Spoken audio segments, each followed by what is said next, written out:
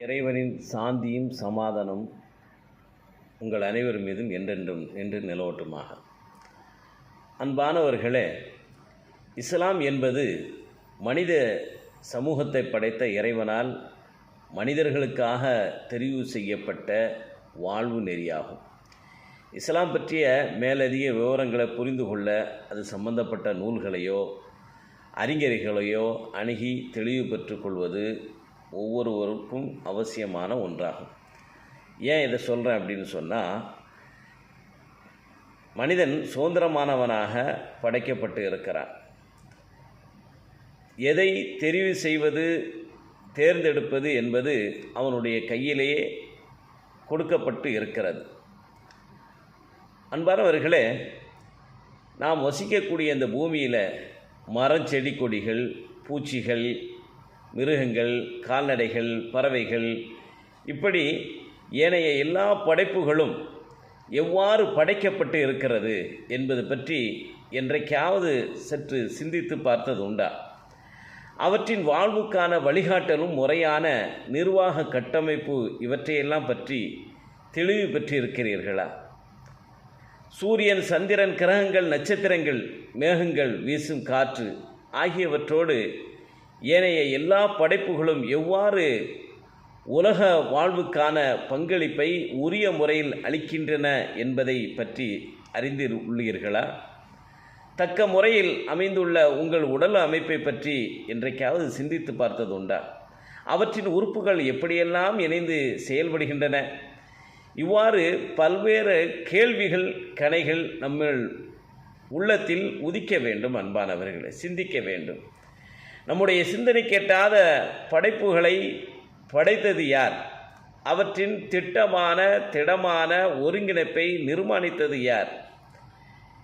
சிக்கல்கள் நிறைந்த இப்பிரபாண்டமான அமைப்பை முழுமையாக நிரூபிப்பது யார்?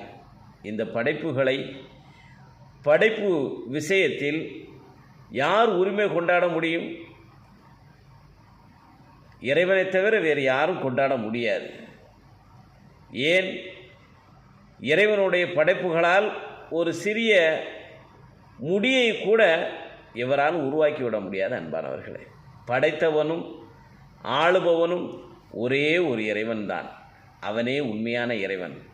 ஒரு இறைவனுக்கு அதிகமாக பல கடவுளர்கள் இந்த பிரபஞ்சங்களில் இருந்தால் வானங்களிலும் பூமியிலும் எத்தனையோ குழப்பங்கள் ஏற்பட்டு அவைகளெல்லாம் சின்னாபின்னமாகி இருக்கும். எனவே அகிலங்கள் யாவற்றையும் படைத்தவன் ஒரு இறைவன்தான் என்பதை நம்முடைய சிந்தனையின் முடிவு நமக்கு எடுத்துரைக்கும். அன்பானவர்களே, அதேபோன்று இறைவனை நாம் நினைவு கூறுவதற்கு, நன்றி பாராட்டுவதற்காகவும், அவனுக்காக நம்மை அர்ப்பணிக்கவும் சிறப்பும் அருளும் மிக்க அவனது வழிகாட்டல்களை நாம் ஏற்றுக்கொள்ளாக வேண்டும். எமது புத்தி நுட்ப விளக்கத்துக்காக படைத்தவன் அருள் புரிந்து நேர்வழியை தேர்வு செய்யும் சுதந்திரத்தையும் தந்து இருக்கிறான். தனது தூதர்கள் மூலமும் வேதங்கள் மூலமும் அல்லாஹ் எமக்கு நேர்வழி காட்டியுள்ளான். முஹம்மது என்ற தீர்க்கதரிசி அவர்களுக்கு பின் தூதுத்துவத்தை நிறைவு செய்வதோடு அல் குர்ஆனோடு வேதங்களும் முற்று பெற்றுவிட்டது. வாழ்வில் தனித்தனி இரு வழிகள் இருக்கின்றன.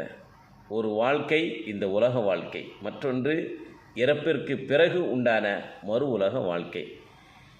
இந்த இறைவனுக்கு கட்டுப்பட்டவர்களாக இந்த உலகில் நாம் வாழும் பொழுது ஈருலக பேரினை நாம் பெற்றுவிட முடியும். இஸ்லாமிய மார்க்கத்தில் எந்த வகையான நிர்பந்தமும் இல்லை. வழிகட்டிலிருந்து நேர்வழி முற்றிலும் பிரிந்து தெளிவாகிவிட்டது. ஆகவே எவர் வழிகெடுப்பவற்றை நிராகரித்து இறைவன் ஒருவன் மீது நம்பிக்கை கொள்கிறாரோ அவர் அருந்து விடாத கெட்டியான கயிற்றை நிச்சயமாக பற்றி பிடித்து கொண்டார். அவன் யாவற்றையும் செவியேற்பவனாகவும் நன்கு அறிபவனாகவும் இருக்கிறான். அல் குர்ஆன் 2வது அத்தியாயம் 256வது வசனம். எனவே உங்களுடைய கைகளில்தான் தேர்வு செய்யக்கூடிய உரிமை, சுதந்திரம் இருக்கிறது. எதை தேர்வு செய்ய போகிறோம் என்பதை சிந்தித்து செயல்படுங்கள். இறைவன் நம் அனைவருக்கும் நேர்வழியில் நடத்துவானாக.